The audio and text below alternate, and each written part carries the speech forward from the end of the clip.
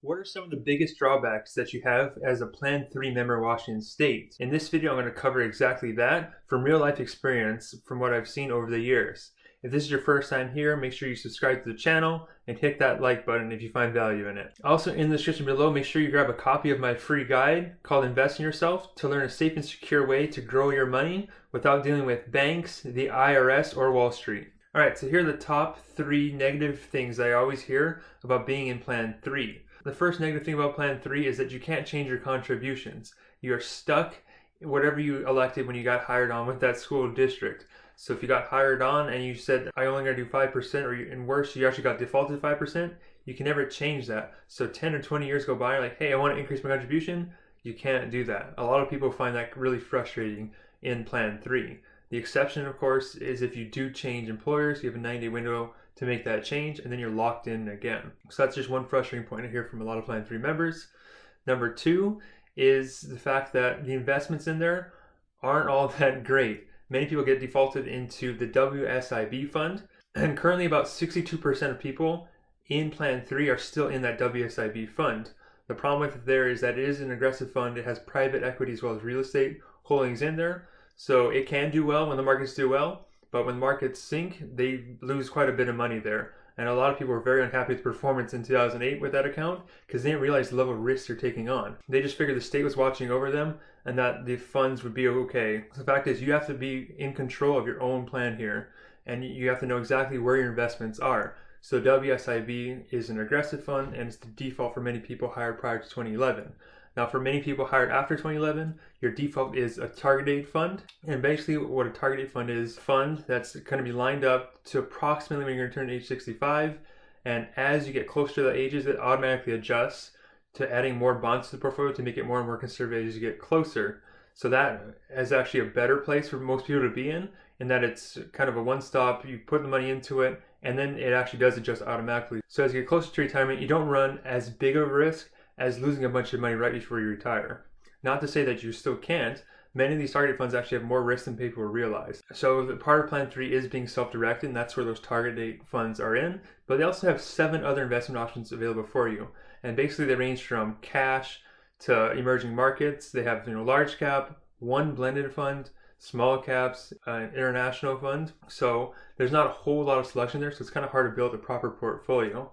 And when you compare these investments to what other people have in 401k accounts, it's kind of a night and day difference. Many people have multiple selections.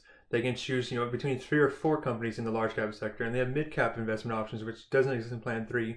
They have different types of small cap investing. Plan 3, they only have a small value index account. They don't have a small growth account. So there's just different parts of sectors or how those mutual funds are invested that really matter when building a proper portfolio, and that doesn't exist within the Plan 3 realm.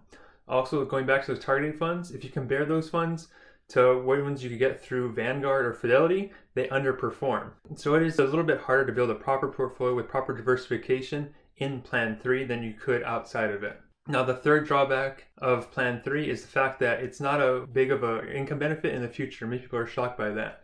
Remember that Plan 3, you only get 1% for every you put into. So your income check in retirement on a guaranteed basis is half as much as those on those previous plans.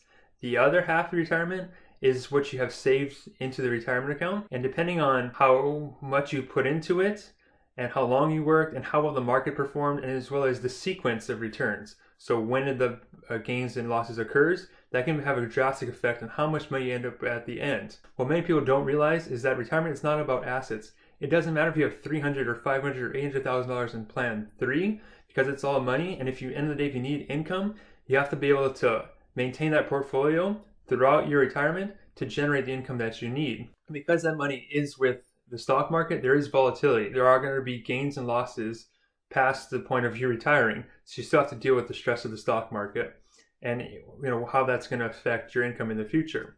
Most people take a percentage out of their portfolio to live off of, but if there are significant downfalls, you might want to think about taking out less money to allow your account to recover back from. If not, you might overdraw the account and it may run out, or it may just never go back to the way it was before. So it's something to keep in mind when dealing with Plan 3 in the future. The other way to think about it is, today you guys go to work and you know exactly what you're going to make every single month. It provides you peace of mind. You can budget for it. You know exactly how much you'll be taking in every single month. With the Plan 3 pension plan, only half of the benefits guaranteed, the other half depends on the stock market. So if tomorrow you went back to school and they said they reworked your contract and they're going to guarantee you half of your paycheck this month, the other half will depend on how the stock market performs. Most people aren't going to be okay with that. So that's just kind of how the Plan 3 is set up to work. Now, Plan 3 isn't all bad news. I actually cover all of the benefits of it in this video over here. I hope you guys found value in this. Remember to hit that thumbs up if you liked it, share it with a friend, and remember that your future depends on what you do today.